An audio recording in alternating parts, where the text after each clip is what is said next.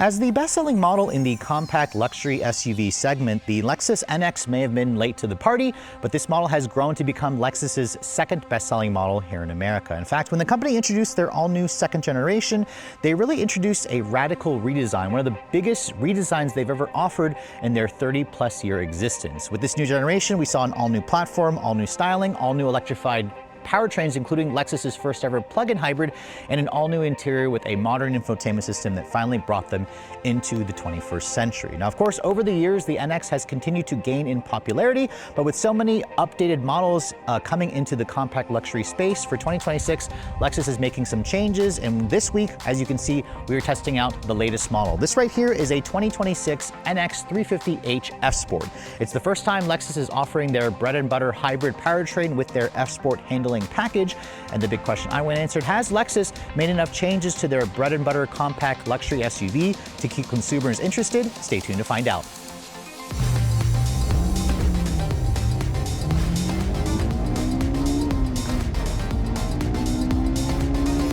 Now, before we get into the styling language of this latest 2026 NX, let me first start by popping the hood and reminding you guys what's powering this vehicle. Now, just like when this model first came out, Lexus continues to offer a choice of several different powertrains, including 2 electrified hybrids. This powertrain, however, represents the sweet spot known as the NX 350h, courtesy of a 2.5-liter 4-cylinder with up to 3 electric motors. Now, as you can see underneath the hood, you are going to find a transverse mounted 2.5-liter naturally aspirated dynamic force 4-cylinder engine. It basically has direct injection and port injection as well. And you can now get this model with front wheel drive. That's the first time that Lexus is offering a front wheel drive version for the NX 350h. It ends up saving you around $1,500. They are doing that because the company decided to drop the base NX 250, which had a 2.5-liter naturally aspirated 4 that was available on the RAV4, but with the RAV4 going all hybrid, that powertrain has now been dropped from the NX. The base engine is now this powertrain with front-wheel drive. You can still get it with an NX 350, which is a 2.4 turbo. That motor is unavailable in the RAV, or this 350h with all-wheel drive for an extra $1,500, or there's the 450h Plus. Now, the gas engine on its own delivers 189 horsepower and like around 179 pound-feet of torque. When you add in the 3 electric motors, Lexus says the total output is 240 horsepower. That's 4 more horsepower versus what you get in the current generation, the new generation Toyota RAV4. It all goes out through an eCVT transmission, of course, with their electronic on-demand all-wheel drive system when you add that extra electric motor at the back, giving you all-wheel drive. Now, with all-wheel drive, fuel economy is rated at 41 in the city, 37 on the highway, about 39 combined. Going with front-wheel drive nets you a 1 mpg improvement across the board. That's around 2 to 3 mpg less versus what you get in the latest version of the RAV4, of course. With its 14.5-gallon fuel tank, you're looking at around 550 miles of range, theoretically, on a full tank of premium fuel, which is recommended. You can run this vehicle on regular. Now, Lexus claims 0 to 60 is 7.2 seconds. We'll test this model out when we get out on the road. Top speed is 124 miles an hour, and with the tow package, you could tow a maximum of 2,000 pounds. Keep in mind, the new RAV4 can now tow up to 3,500 pounds, and as this car sits, it weighs in at just under 4,100 pounds. It's roughly 200 pounds heavier than the current generation RAV4. But let's go ahead and close up the hood here and talk about the styling. Now, I want you guys to notate the hood was held up by struts as opposed to a prop rod, which is definitely a nice upgrade that you get by going with a Lexus. And in terms of the exterior design, Lexus hasn't given this car any kind of refresh in terms of the design. It still looks instantly recognizable as a Lexus with their current design themes, but I imagine the company is working on a refresh for 2027. But as you can see, this color is called infrared. It's a beautiful metallic red that has some nice sparkly accents in it, especially in the sunlight. With the new F Sport handling package, you get an even more aggressive looking Predator style spindle grille with this kind of intricate L's that kind of make up, create a mesh look in the grille. You also get a 360 front camera system. The Lexus logo there houses the radar sensor for the adaptive cruise control. No illuminated logo like you'd find on a Lexus RZ, but you can see with the premium triple beam LED headlights, which is actually standard on this model, it certainly gives you a nice upscale look with the LED daytime running light, LED turn signal, that Nike swoosh for the daytime running light. There's also a really more aggressive front splitter here with integrated LED fog lights, which looks nice, as well as LED cornering lights. And then with the F Sport handling package, you get this kind of silver front lip that gives this car, again, a much more sinister and dynamic, aggressive design to it. I really like the way this car looks with the F Sport handling package. I basically said when this car first came out, I wished Lexus offered the 350h with this package. So it's nice to see the company expanding that availability. Now, as you move around the side profile, you can see this is a compact luxury SUV, and it's a pretty good size for what it is, with a 105.9-inch wheelbase, a much shorter wheelbase than its rivals, and a 183.5-inch overall length. This vehicle is around 2.5 inches longer than the new generation RAV4. They ride on the same wheelbase. The Lexus is around 0.4 inches wider, but also 0.4 inches lower in the height. So kind of keep that in mind. This is 73.4 inches wide. Now, with the F-Sport handling package, you get a unique 20-inch gloss black double 5-spoke alloy wheel on a Bridgestone Alenza all-season tire, riding on a 235/50 R20. Brake rotors would be nice if the calipers were red painted as well.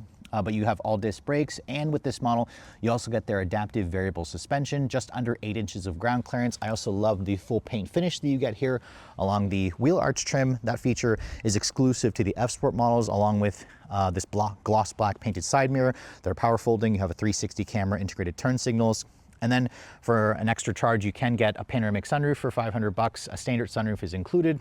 The pano roof is definitely a nice feature, especially if you guys want to let in a little more air into the cabin. I also like this kind of dark chrome trim along the window trim. And then, as you can see, the door handles, they look like the traditional pull style, but they are fixed into position. There's a button that opens up the doors via the digital latch system. Now, as you can see, looking at this angle, this is definitely still a very attractive car. In fact, it reminds me a lot of like a Mazda when I look at it from this angle here.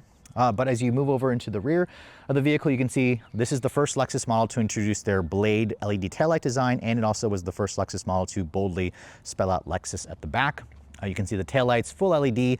The reverse light's actually located down there. Underneath that taillight assembly, Lexus again is boldly spelled out at the back. You have a slightly, very subtle rear spoiler back here. The rear wiper also sits at the bottom of the glass. And then the rear bumper diffuser looks a little bit more aggressive when you guys go for this model.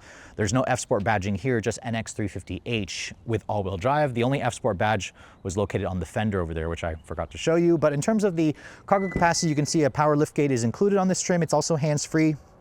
And this is where the NX on paper has a lot less cargo capacity than its rivals. Lexus says you have around 22.9 cubic feet of storage space. Now, I suspect that number is a lot lower because Lexus may measure the trunk capacity a little differently than some of the other manufacturers. You can see there's a little bit of storage off to the side. You do have a nice underfloor storage area here as well, where you can easily store a couple of other items. It's also kind of going further into there. This little area you can see houses the 12-volt battery. Lexus put it back here for weight savings. And then if you want to fold down the seat, sadly, there is no lever to do so back here. You do have a 12-volt power outlet, but if you fold down the seats, Lexus says you have around 46 cubic feet of storage space. 46 cubic feet is definitely small. In fact, it's around 20 cubic feet less than its rivals, but again, that could be because Lexus measures the cargo capacity differently. I will say that the sloping roof of this vehicle does eat into the actual roof space, but still, if you guys don't plan on carrying too many things, the trunk capacity of this vehicle is certainly very usable. Now, moving on to the interior of the latest 2026 Lexus NX. Before we get inside, let me remind you guys what the key fob looks like. As you can see, this is Lexus's current intelligent access key fob. It is a different key design versus what Toyota uses, but the key in general, I think, is kind of due for replacement. It has your typical buttons here for lock, unlock, power liftgate, and then a panic function. You can also access remote start by tapping the lock button 3 times, then holding on the third try until the lights flash. That's what will activate the remote start. Lexus also offers you their digital key functionality. If you have access to the Lexus app, you can also access it via your smartphone. All the modern features that you expect, of course. Now, if you touch this little area here, that will lock the doors. The mirrors will also power fold in.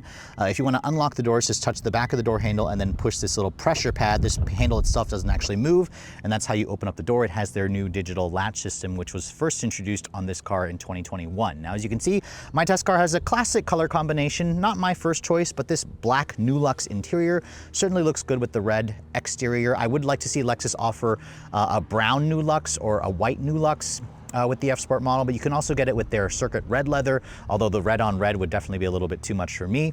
By going with the F-Sport handling, you get standard heated and ventilated seats, 10-way power driver's seat, 8-way power passenger, and you also get a 3-person memory as well. The F-Sport also includes an F-Sport specific steering wheel, and you also have the side sill here that's aluminum along with the aluminum sport pedals. It certainly gives it a much more youthful appearance.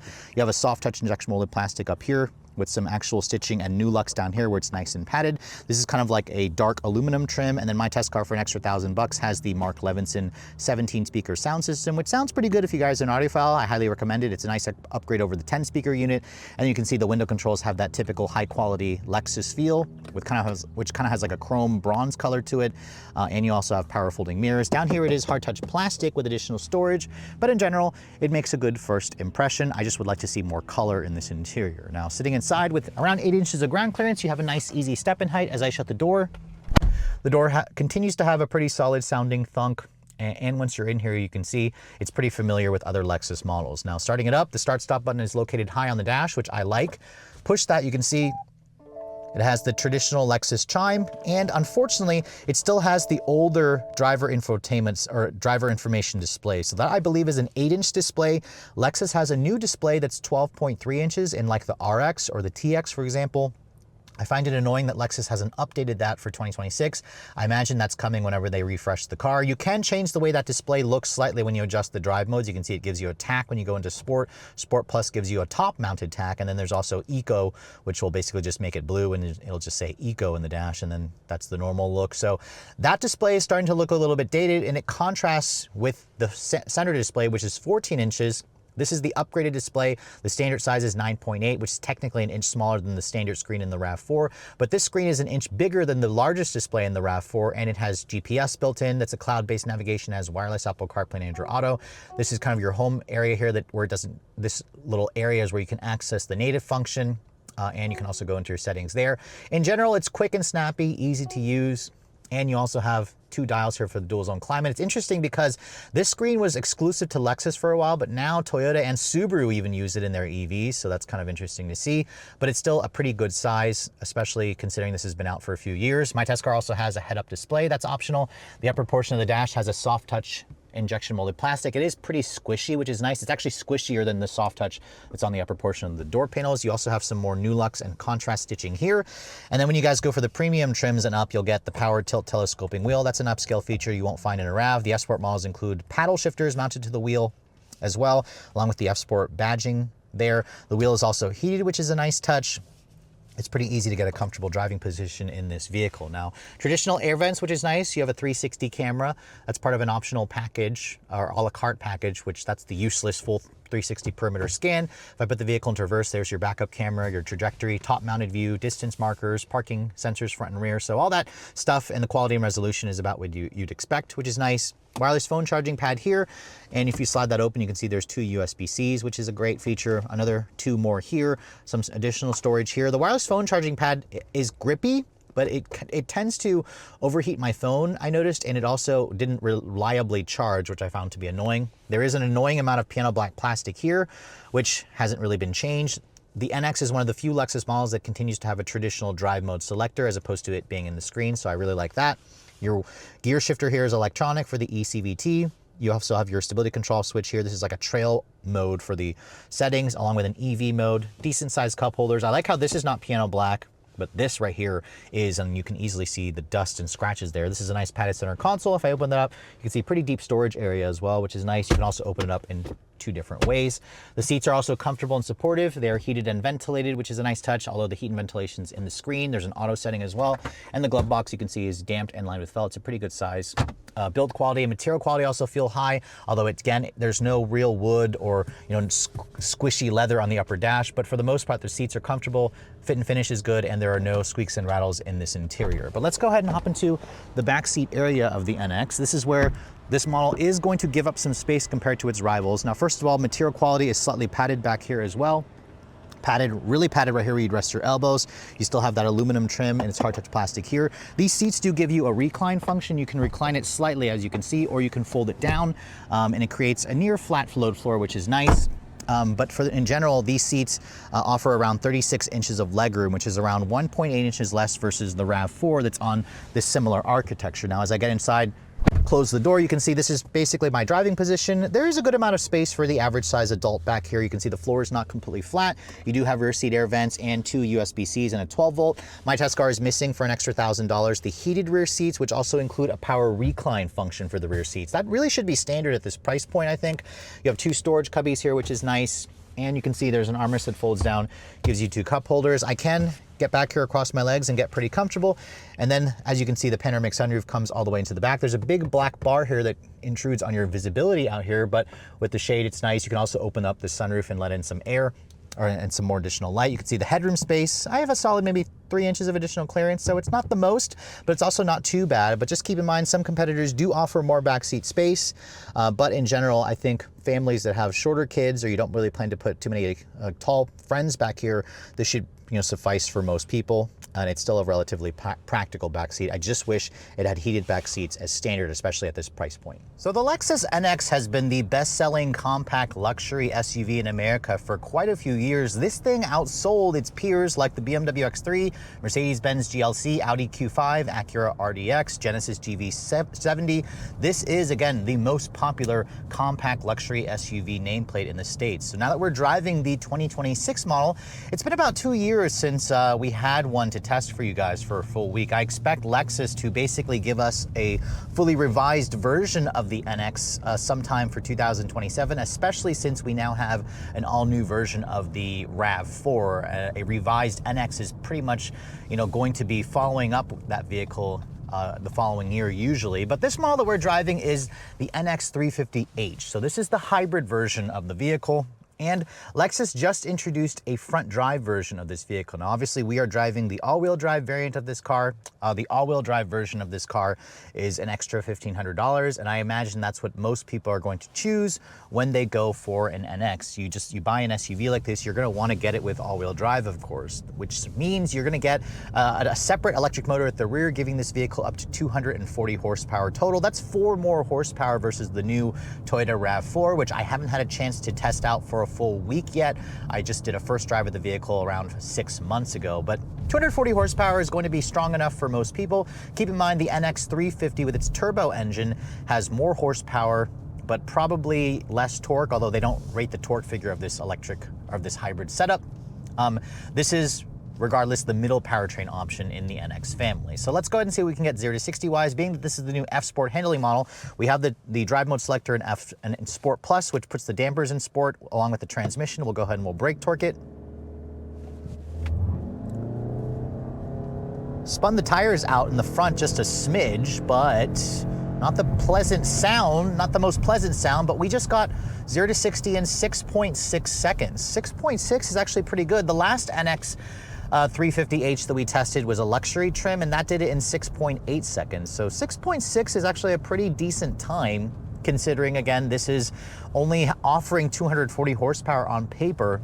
I imagine this time is pretty comparable to an NX 350. In fact, the last NX 350 that I tested took 6.4 seconds. That was, however, back in 2022 or 2023. So it's been a couple years since I drove the turbocharged NX. But regardless, that should be plenty fast for the majority of people, especially considering the fuel efficiency of this car. Let's try another run here. Didn't brake torque this time, but this portion of the road is slightly more uphill. 7.18 seconds there. So that, again, this is slightly more of an uphill gradient. So in the real world, you should expect a sub 7 second 0 to 60 time pretty consistently. And that's the nice thing about the NX 350h. This has plenty of power for most applications. It's got a very smooth and responsive eCVT transmission. The transmission is just really quick to kind of put you right into the correct gear ratio to give this, again, maximum acceleration. I still don't love the way the 4-cylinder sounds. It's a very noisy and drony 4-cylinder. And with the F Sport model now, you get these paddle shifters, which the paddles allow you to control manual gear changes, but it's a simulated gear change because this doesn't have actual gears.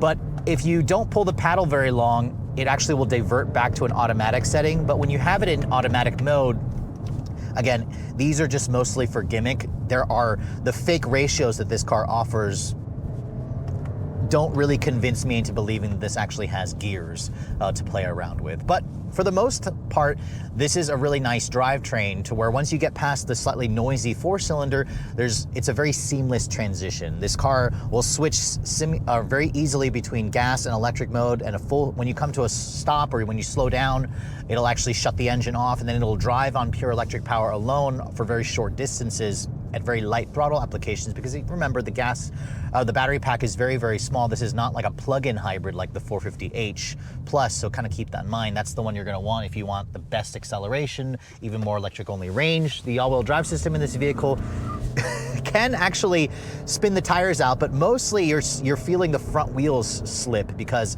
most of the power goes to the front wheels. The electric motor at the back is only supplying maybe like 50-ish horsepower, if I remember correctly. So it's not a lot.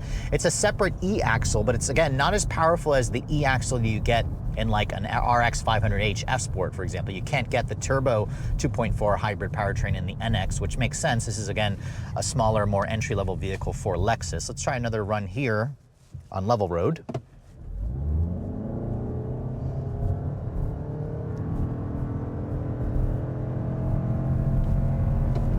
7.03 seconds there, so a little bit slower. Usually it's a pretty consistent time there, but this is same level ground, so it seems like brake torquing it actually did improve the 0 to 60 by like 0.4 seconds, so that's surprising. So in real world applications, most people won't brake torque it, but you're gonna get around 7 seconds 0 to 60, which is, again, plenty sufficiently fast for most people. But let's go ahead and switch the drive mode out of its Sport Plus setting, which is, again, very interesting how Lexus offers a Sport Plus setting in the NX 350h, but it's nice how they do offer the F-Sport handling package. I switched the drive mode into normal, and let's just drive the car normally. In normal mode, anytime you kind of need at least mid-throttle acceleration, you're gonna hear the engine come alive, and it's a noisy engine. This is where I think Lexus needs to do better with their sound deadening. It's a little too noisy for a Lexus badged vehicle.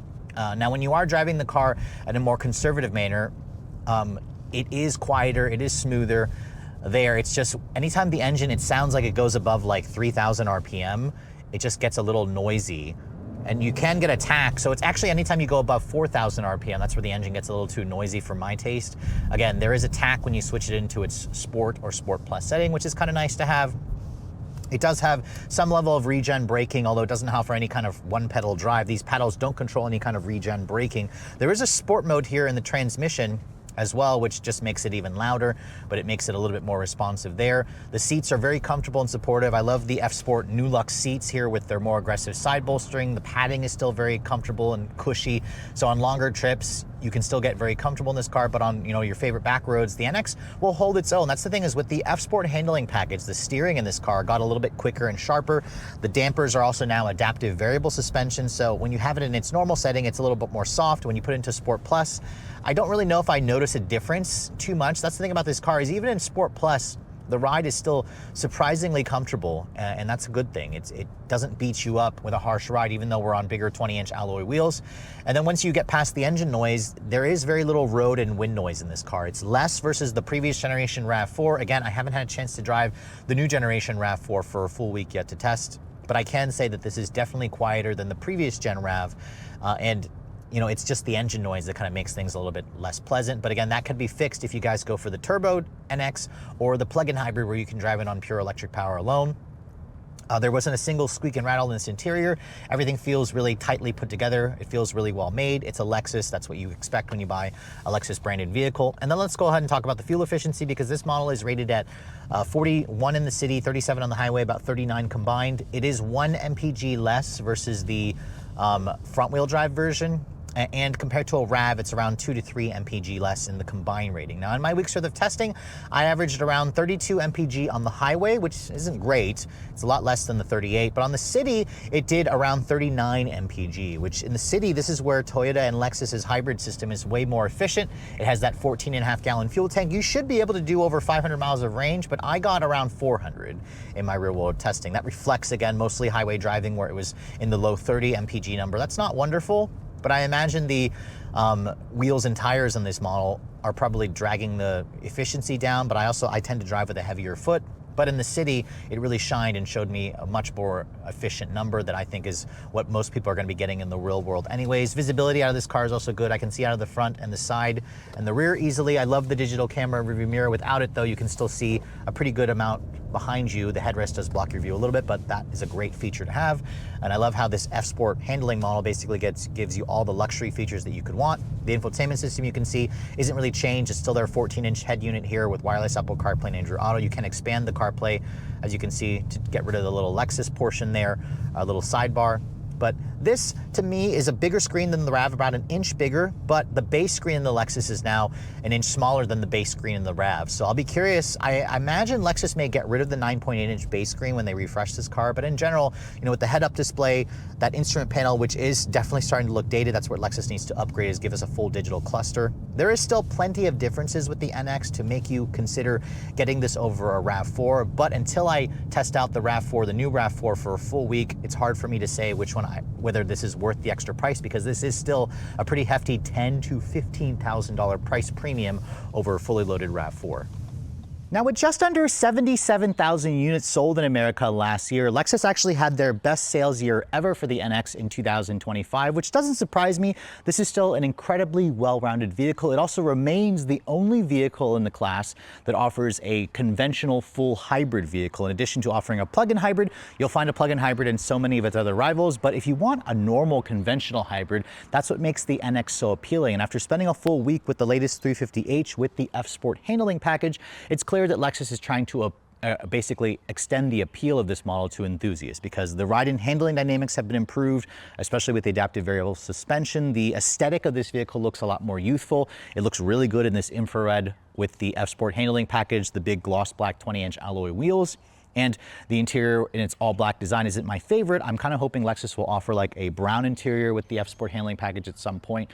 But in general, as you guys saw, the Powertrain delivers solid performance. The quickest time we got was when we brake torqued it. 6.6 seconds is actually going to be plenty fast for a lot of people. It'll be 7 seconds if you don't brake torque it, which is still plenty fast for the average driver that's going to be buying a vehicle like this. Keep in mind, the turbocharged NX 350 is probably going to be slightly quicker, but again, it's going to come at that penalty in terms of fuel economy, because the hybrid model gets roughly 15 mpg better in the combined rating, at least on paper.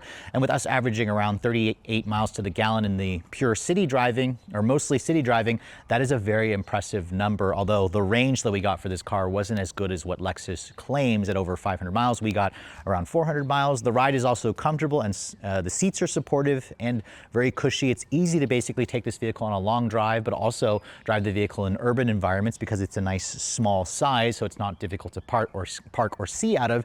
And then in terms of the interior quality, while it isn't quite as luxurious as what you'd expect a Lexus to be, it definitely still feels nicer than the current generation RAV4. As long as you guys go for the bigger screen, you have a better infotainment system, although it has their older software, which I don't love. And while the back seat is still on the smaller side, along with the cargo area, it should be good for people, especially for most people, especially if you don't plan to put kids with all their stuff in this type of vehicle. Now, if you're interested in getting your hands on the latest NX, they are obviously already at dealership showrooms, and Lexus has significantly increased the pricing this year because they discontinued that base 250 model. That 250 model really didn't belong in a Lexus showroom. So now the base version is this version, the 350h with front wheel drive. Obviously, this model is not the base version. It has the top option spec, but that base NX 350h with front wheel drive starts at just over $46,000. That represents roughly a $5,000 or maybe $4,000 price increase versus the 250 model. I think it's worth it considering you get way more power, way better fuel efficiency, and more standard equipment. Now, if you guys want all-wheel drive, it'll cost you an extra $1,500 for this version, which will increase the price of this model to around $47,700 or $600. That makes it around $900 more versus an NX 350 Turbo with, of course, all-wheel drive standard on that model. Most of you are probably going to spend $2,000 to get the premium package. That's going to give you the heated and ventilated seats, in addition to a couple of other nice upgrades. And you can also get the option of like a bigger screen as well.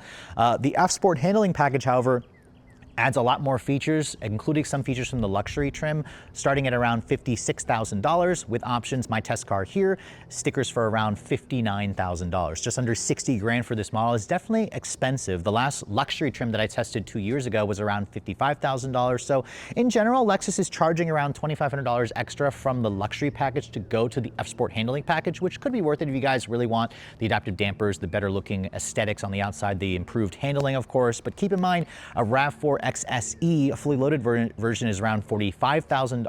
So you are spending around almost $15,000 more by going with the Lexus. Now, some would argue that that is worth every penny, but I also want to point out, compared to its rivals, the NX is far less expensive. A fully loaded version of the X3, the Q5, the Mercedes-Benz is going to be around $65,000. Even a fully loaded Genesis GV70 is around $62,000. So there's plenty of value to be had, and this is still the most fuel efficient and only offering in the segment that offers a conventional hybrid powertrain. But with all that said, I hope you guys have enjoyed my full detailed overview on the brand new 2026 Lexus NX350H, F-Sport if you're also looking to see the latest cars I'm testing. Be sure to follow me on Instagram at Redline_reviews, like us on Facebook, and as always guys, please keep subscribing to the Redline Reviews YouTube channel for all the latest reviews. Thank you so much for watching. I'll catch you all in the next video.